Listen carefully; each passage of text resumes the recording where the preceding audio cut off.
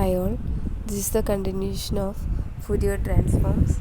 Next topic is properties of Fourier transform. There are 7 properties. You just go through it. We have to and study. We have to apply these properties in problems. So consider first problem. Find the Fourier transform of the function e raised to minus x square. Hence find f of x e raised to minus x square. So first we have to find the Fourier transform of e raised to minus x square, and using that result we have to find f of x e raised to minus x square. This is like x e raised to minus x square is the derivative of, there is a 2 missing, but the derivative of e raised to minus x square. So we have to use the sixth formula, f of fn of x. Fn means nth derivative. Fn of x is equal to I omega whole raised to n f of omega. We have to use that formula. So first consider the Fourier transform. F of x equal to 1 by root 2 pi integral minus infinity to infinity f of x e raised to minus I omega x dx. That is equal to 1 by root 2 pi. Here f of x is e raised to minus x square. Combining the two terms, e raised to minus x square and e raised to minus I omega x, we get e raised to minus of x square plus I omega x. Here to integrate we have to use completing the square method. So add and subtract the squares of half of coefficient of x. Here the coefficient of x is I omega, it's half I omega by 2 and its square. Add and subtract the terms. That is equal to 1 by root 2 pi integral minus infinity to infinity, and this is of the form a square plus 2ab plus b square. That can be written as x plus I omega by 2 the whole square, and this is omega square by 4.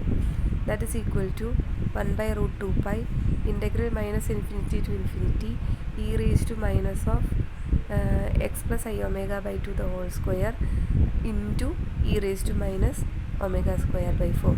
Here e raised to minus I omega square by 4 is constant, so we can take outside. Then we have to integrate this.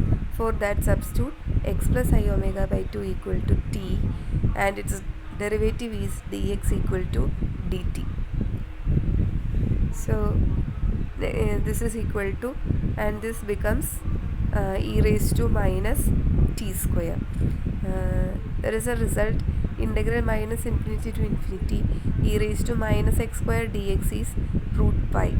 This integral value is root pi, so we have to replace this integral by root pi, and cancelling root pi we get f of x equal to e raised to minus omega square by 4 by root 2 is the Fourier transform. Next we have to prove the second part. We have to find the second part. We know that f of fn of x is equal to I omega raised to n f of x. Here that term is a derivative of e raised to minus x square, so we have to write this formula as f of f dash x is equal to I omega raised to 1 f of x. That is f of, here the derivative of e raised to minus x square is minus 2x e raised to minus x square. That is equal to I omega. Fourier transform of f of x is e raised to minus omega square by 4 by root 2. Here 2 is constant, so take outside. Minus 2 into f of x e raised to minus x square equal to I omega e raised to minus omega square by 4 by root 2. That is f of x e raised to minus x square is equal to minus 2 go to this part, so minus I omega into e raised to minus omega square by 4 by 2 root 2. Next problem, find the Fourier transform of f of x equal to e raised to minus mod x cos alpha x, where x greater than 0. Uh, to find the Fourier transform, we have to use the property f of x into cos ax equal to 1 by 2 into f of omega plus a plus f of omega minus a. So for f of omega is the Fourier transform of f of x. So first we have to find the Fourier transform of f of e raised to minus mod x. F of e raised to minus mod x equal to 1 by root 2 pi integral minus infinity to infinity e raised to minus mod x into e raised to minus I omega x dx. Here given that x is greater than 0.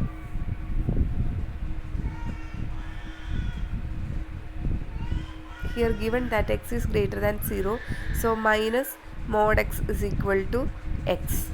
Given that x greater than 0, so my mod x is equal to x, and combining these two terms we have integral e raised to minus x plus I omega x dx.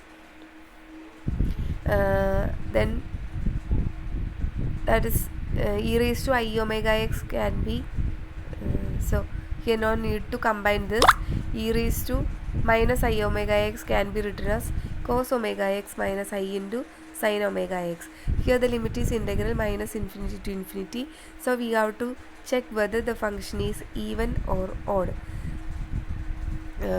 Here e raised to minus mod x is an even function, cos is an even function, even into even function, so this can be written as 2 into integral 0 to infinity. Then next term e raised to minus mod x is even, sine is odd, so this function is odd function, the value becomes 0. Then using the formula e raised to ax into cos bx, we get the integral value as root of 2 by pi 1 by 1 plus omega square. Next we have to use the property f of e raised to minus mod x cos alpha x equal to 1 by 2 into f of omega plus alpha plus f of omega minus alpha. Here f of omega is root 2 by pi 1 by 1 plus omega square. So 1 by 2 into root of 2 by pi 1 by 1 plus omega plus alpha, there is a mistake, omega plus alpha whole square plus root of 2 by pi 1 by omega minus alpha whole square, that is equal to we can take root 2 by pi outside. Here please correct that, here omega plus alpha is correct. So the final answer is 1 by root 2 pi 1 by 1 plus omega plus alpha whole square plus 1 by 1 plus omega minus alpha whole square. Okay, thank you.